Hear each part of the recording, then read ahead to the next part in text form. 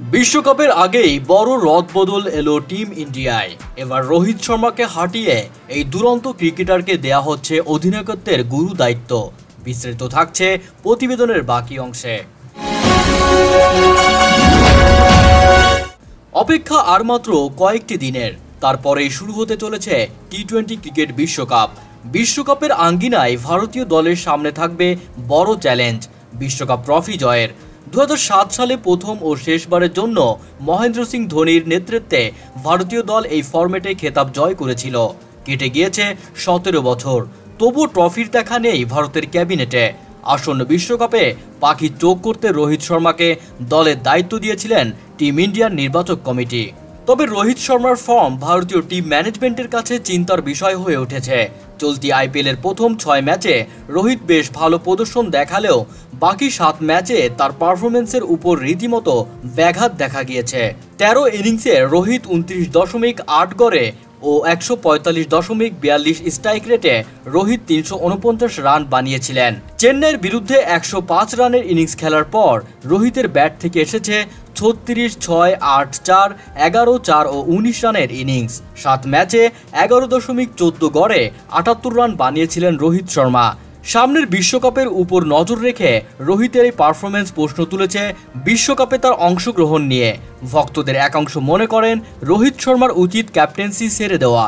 ভক্তরা বিরাট কোহলিকে ভারতীয় দলের ক্যাপ্টেন হিসেবে দেখতে চান। চলতি আইপিএলে অসাধারণ ছন্দে রয়েছেন কিং কোহলি। 17 ইনিংসে 70.44 গড়ে ও 153.51 স্ট্রাইক রেটে বিরাট কোহলি 634 রান বানিয়ে অরেঞ্জ ক্যাপ ধারণ করে রেখেছেন। ব্যাট হাতে কোহলি জ্বলে উঠেছেন। আসন্ন বিশ্বকাপে ভক্তরা কোহলিকে ভারতীয় দলের ক্যাপ্টেন হিসেবেই দেখতে চান। প্রসঙ্গত, বিরাট কোহলি ছিলেন ভারতীয় দলের 3 ফরম্যাটের ক্যাপ্টেন রোহিত শর্মা দলের দায়িত্ব নেওয়ার আগে। 2021 সালের টি-20 ক্রিকেট বিশ্বকাপের পর অধিনায়কত্ব ছেড়ে দিয়েছিলেন বিরাট এবং তারপর থেকেই রোহিতের হাতে দায়িত্ব তুলে দেয় বিসিসিআই কর্মকর্তারা।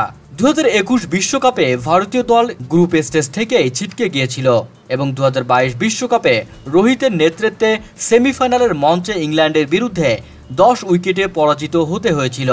2021-এর শেষের দিকে ভারতীয় দলের কোচের দায়িত্ব থেকে সরে দাঁড়িয়েছিলেন রবি শাস্ত্রী। সেই সময় বিরাট রোহিতদের হেড স্যারের পদে অভিষেক হয় রাহুল দ্রাবিড়ের। ভারতীয় অনূর্ধ্ব-19 দল ও ন্যাশনাল ক্রিকেট একাডেমির দায়িত্বে থাকলেও সিনিয়র দলের দায়িত্ব নিতে প্রথমটায় রাজি হচ্ছিলেন না দ্রাবিড়।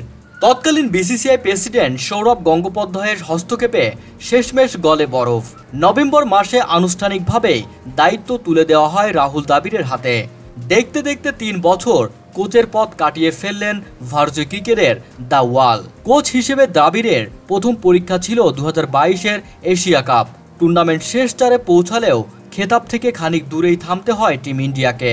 এরপর অস্ট্রেলিয়ার মাটিতে 2022-এর টি-20 বিশ্বকাপেও একই দশা হয় ভারতের। শুরুটা চমকপ্রদ করেছিল তারা, গ্রুপ সেরা হয়ে পা রেখেছিল শেষ 4-এ, কিন্তু ইংল্যান্ডের বিরুদ্ধে 10 উইকেটের ব্যবধানে হার স্বপ্নের মিনার থেকে বাস্তবের রুক্ষ জমিতে নামিয়ে আনে মেইন ইন ব্লুকে। সেই সময় দাবির বিরোধী হওয়া উঠেছিল সোশ্যাল মিডিয়ায়। বিশেষজ্ঞ মহলের অনেকেই জানিয়েছিলেন টিম ইন্ডিয়ার মঙ্গলের জন্য কোচের পদ থেকে সরে যাওয়া উচিত প্রাক্তন অধিনায়কের। বন্ধুরা, এই বিষয়ে আপনার যদি কোনো মন্তব্য থাকে তাহলে কমেন্ট বক্সে লিখে পাঠান। আমাদের ভিডিও যদি আপনাদের একটু ভালো লাগে তাহলে লাইক, কমেন্ট এবং শেয়ার করতে ভুলবেন না। ভিডিওটি দেখার জন্য ধন্যবাদ।